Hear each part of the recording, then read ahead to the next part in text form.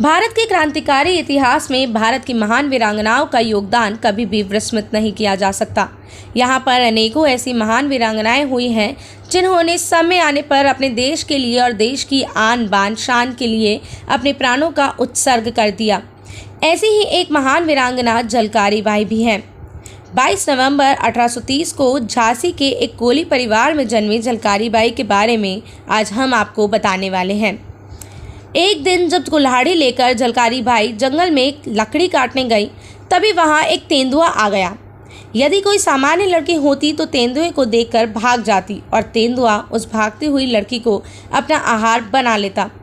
परंतु यह तो झलकारी बाई थी जो भागी नहीं, अपितु जिस तन्मयता से लकड़ी काट रही थी, उसी तन्मयता से शौर्य और साहस की प्रतिमूर्ति बनी झलकारी ने उस तेंदुए को भी अपनी कुल्हाड़ी से काट दिया।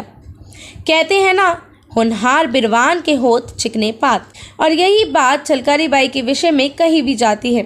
इस एक घटना ने ही उनके आने वाले जीवन के विषय में स्पष्ट संकेत दे दिया था कि वह इतिहास को कौन सी दिशा देने जा रही है और इतिहास उसको किस प्रकार अपने स्वामीन पृष्ठों पर स्थान देकर एक दिन उनका अभिनंदन करेगा। वीरांगना झलकारी बाई के पिता एक सैनिक थे। पिता के सैनिक होने के कारण झलकारी बाई को बचपन से ही अस्त्र शस्त्रों के साथ खेलने और उन्हें अपने साथ रखने का सुअवसर प्राप्त हुआ।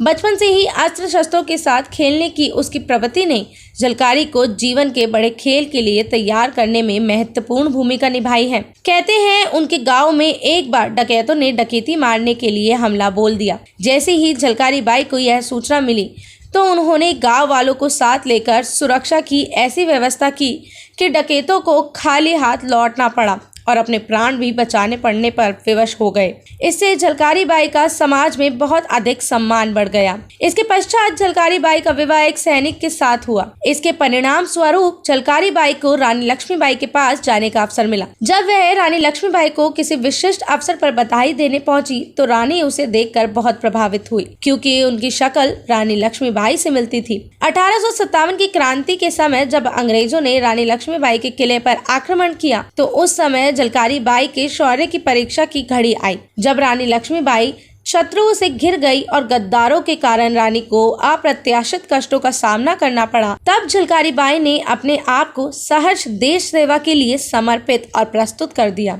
उन्होंने रानी से कह दिया कि आप सुरक्षित यहाँ से निकलिए, मैं स्वयं आपके स्थान पर खड़ी होकर लड़ाई लड़ूंगी। रामधारी सिंह दिनकर जी की कविता की यह पंक्ति बड़ी सार्थक है कौन विघ्न ऐसा जग में, टिक सके आदमी के मग में, खम ठोंक ठेलता है जब नर, पर्वत के जाते पाव उखड़, मानव जब जोर लगाता है पत्थर पानी बन जाता है, गुण बढ़े एक से एक प्रखर, है छिपे मानवों के भीतर, मेहंदी में जैसी लाली हूँ, वर्तिका बीच उजियाली हूँ, बत्ती जो नहीं जलाता है, रोशनी नहीं वह पाता है। रानी लक्ष्मीबाई तो मैदान से सुरक्षित निकल चुकी थी, परंतु झलकारी बाई अपने प्राणों की चिंता किए बिना शत्रुओं का संहार करती आगे बढ़ती जा रही थी। तभी उन पर जनरल रोज की दृष्टि पड़ी। उन्होंने झलकारी बाई को रानी लक्ष्मीबाई समझकर पकड़ लिया। उन्होंने यह घोषणा भी कर दी कि रानी लक्ष्मीबाई को गिरफ्तार कर लिया गया है। ऐसा सुनकर झलकारी बाई खिलखिलाकर हंसने लगी।